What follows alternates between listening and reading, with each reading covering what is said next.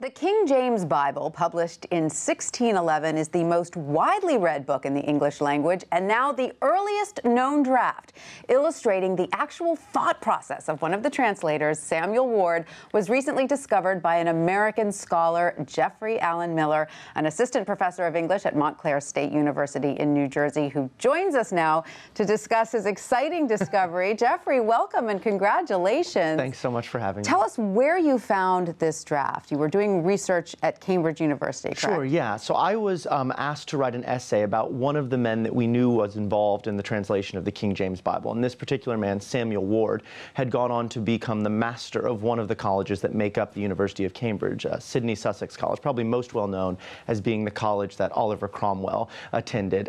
So I knew that a lot of his manuscript, notebooks, and miscellaneous other papers survived there. So I just went to the archives and was just trying to see if I could figure out what were some of the things that this man was interested in at the time. And in one of his many notebooks that survived there, I found this draft. And you were already a Ward scholar, so you were familiar with his handwriting. It's a little difficult for some people to read. Do you think that was why you realized this had been miscategorized? It's part of the reason. I mean, I think the person who had initially cataloged it, it was a woman named Margot Todd, and she could, I think, really read his handwriting very well, too. But certainly his handwriting is bad, and it only got worse over time. Thankfully, he was a little bit younger when he was doing this. But it's also partly that it doesn't really look like what you might expect a draft of the King James Bible to look like.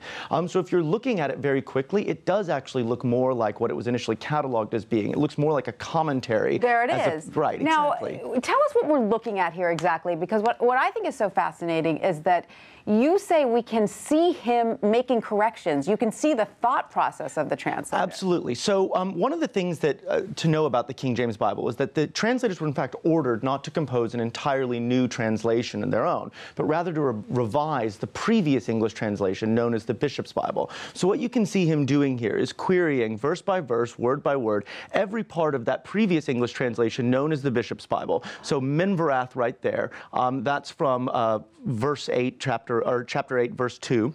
And he notes that, look, in the Greek, it's not like that, and that thus I think it should be translated this other way. And you can just see him going through line by line, saying there's Seque Genève. Yes. He's telling himself to follow the Geneva Bible, which was another English translation. So if you look at it very quickly, it looks like he's just commenting on the Bible. But as you look into it, you realize he's not commenting on it, he's drafting it. Fascinating. So describe for us that aha moment you had. So it wasn't actually kind of in the moment right when I looked at it and think, oh, that's what it is. Oh my goodness, this is a draft of the King James Bible. It took a little bit of piecing together, so it was in some ways an aha moment that occurred in stages. Partly it was first trying to figure out which part of the Bible he seemed to be commenting on. Yes. And then I realized that that was a part of the Bible that he'd been asked to translate. And then at some point it all, once that came together for me, it all sort of suddenly Did you get up and jump focus. up and down? What did you do? I sort of sat back in my chair, and there's a moment of disbelief. I mean, you can't really quite believe that you're looking at what you're looking at. So then you want to make sure you cover all your bases. I told my wife what I thought I'd found, and then slowly but surely you start to allow yourself to believe it. So tell us very quickly a little bit about the translation of the King James Bible. It was done by teams of translators, correct? Exactly. And why was it being retranslated at all?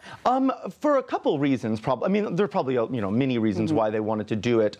So there was a new king on the throne at the time, James I, the James who will go on to lend his name to the translation. And the previous official translation, so to speak, of the English church at the time was this translation known as the Bishop's Bible. But it was widely regarded as being not a very good translation. And then there was another competing English translation known as the Geneva Bible. But James I basically hated this translation. That one didn't allow for the divine right of kings, exactly. correct? Which is a problem. It had these marginal notes that would say that if the king was wicked, you could just rise up and overthrow him. No, I didn't like that. I didn't like that. But the King James Bible is also well known among English scholars for beautiful turns of phrases. Absolutely, absolutely. Like a drop in the bucket, and some of these phrases. Skin of our teeth, the world turned upside down, things like that. We still use these. Do we know if we can attribute any of these directly to Samuel Ward now?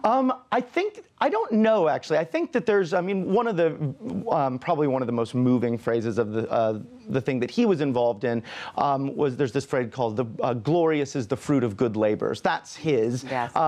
In a sense, though he's following a previous English translation and trying to get back to it. Right. But definitely the King James Bible writ large shaped the language arguably more than any other work ever written. It's certainly the most widely read work of English literature ever written, surpassing even Shakespeare. It certainly is. Fantastic discovery. Congratulations. Thanks so much for having me. I really appreciate it.